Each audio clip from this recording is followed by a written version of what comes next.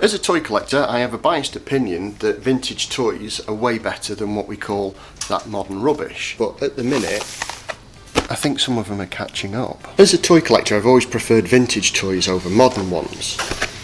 But don't hate me for saying this, I think I'm starting to change my mind. Because although these have a great amount of charm and instantly take me back to points in my childhood, things like this come along which are really cool, and that's what gave me the idea for this video.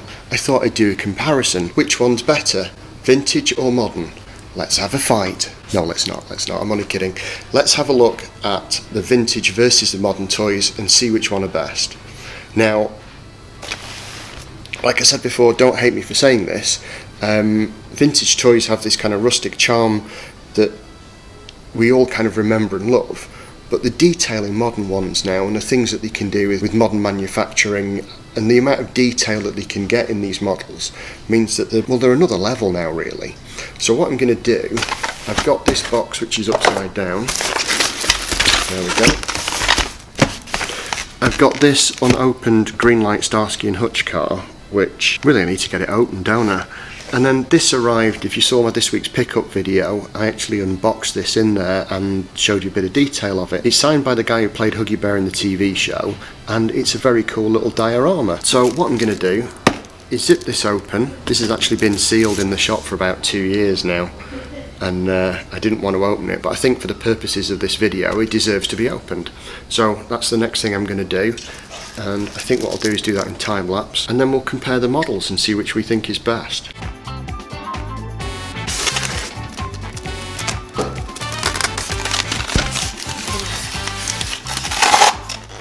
That is very cool.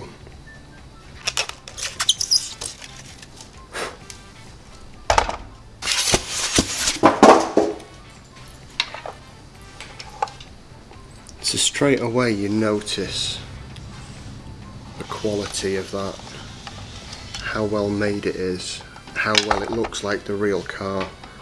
So that's fixed on. Now the doors don't open on this, which I don't understand why.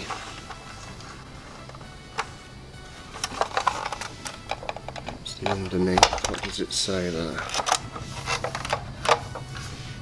1976 Ford Gran Torino TM 2001 CPT Holdings Inc. All rights reversed. Greenlight, made in China. And we've got a number on it. Is it a limited edition? It must be a limited edition, because there's a number on the front there. So that's the underneath. There's a little bit of detail in it. Put an exhaust on it. There's a hole there. Does that mean there's an aerial somewhere? There must be an aerial somewhere in here.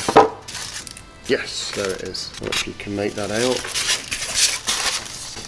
That is sellotaped in the bottom of the box, and there's an aerial that goes in there as well. I will not remove that, because I'll only lose it. Now this already, I don't think those are my fingerprints that are on it. I mean, there's lots of nice dashboard detail. You know, they put door handles, door cards, wing mirrors with mirrors on, door handles. A lot of that has got a nice shiny Gran Torino badge on the side, Ford on the front and back. You know, they've made a lot of effort with this model. So you've got a pinstripe around the white stripes on the side, the iconic Starsky and Hutch car from the TV show that in fact Wikipedia said was an action adventure show. I always thought it was a cop show, but there you go. That's awesome. And I think what I'm going to do is stand that on there while I show you these. So those are the modern versions of the Starsky and Hutch car, but these, well, these are what I call the proper ones. Now obviously this is the one that all of you will remember if you're kids of a certain age like me. This is the classic Corgi set where you get the Gran Torino, you get a baddie, and you get a Starsky and a Hutch. I've probably done that. Which one's Starsky and Hutch? Oh, classic pub quiz question. What were Starsky and Hutch's first names? Answer later on in this video, or put them in the comment section below if you know them. So this is the classic Corgi set that you got, which was the Ford Gran Torino, the baddie. Put him in camera shot, leaning up against the car, and these two guys would be that way. You better, yeah. So you got the baddie, Starsky and Hutch in the car. Hours of endless fun as a kid. Now this, though, is a little bit different. I've not seen this toy before, and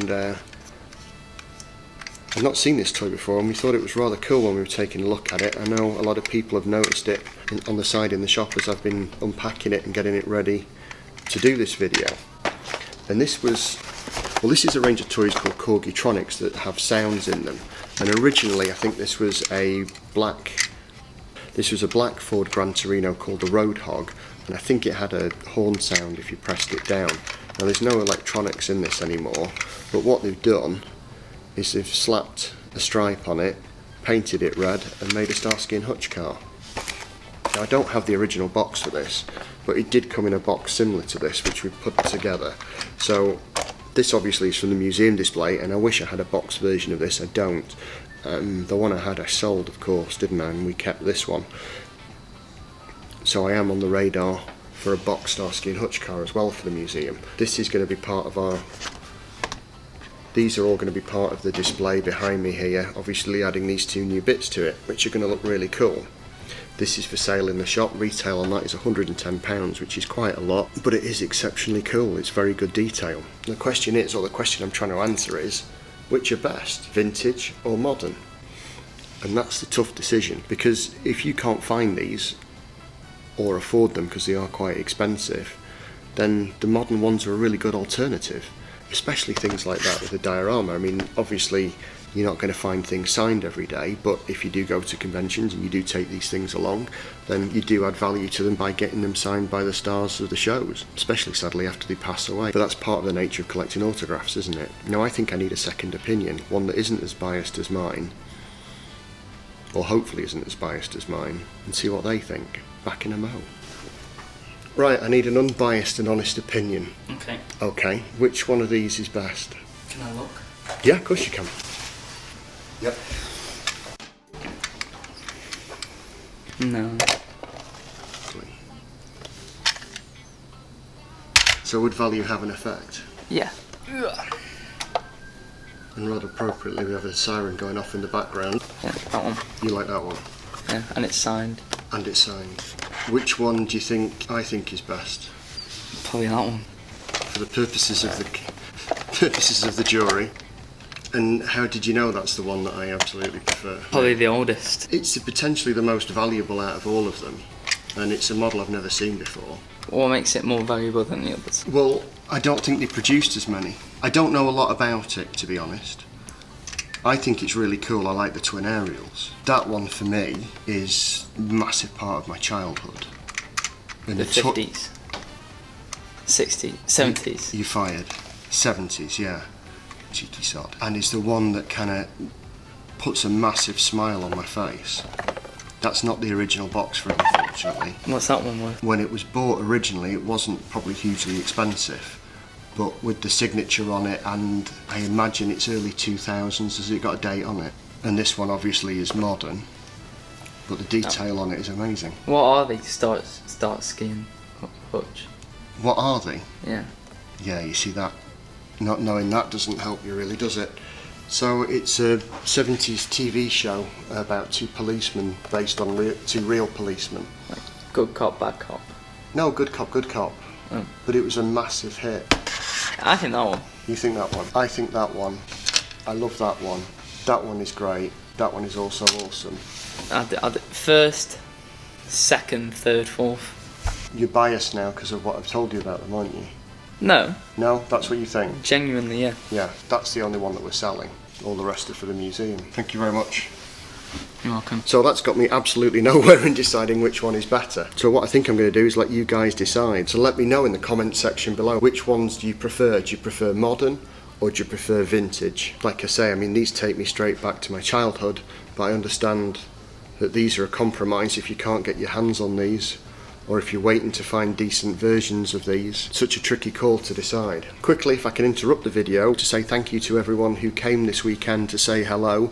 A lot of you, the viewers and subscribers, who visited the shop and the museum this weekend. It was great to meet you, have a chat with you, talk about some of the toys and be able to show you some of the things that you've seen in these videos. So thank you very much for taking the time to come down. If you do want to visit, we always post our opening hours on Facebook and Instagram, so if you're not sure, just check or message or phone us and I'll let you know when we're here and open so you can come and have a look around. I'd also like to say welcome to a lot of the new subscribers to the channel. Thank you for coming on board. I hope you've enjoyed watching some of the past videos, and there will be more coming in the future showing you some of the cool stuff that we have here at the shop and toy museum. So in conclusion, which is best, vintage or modern?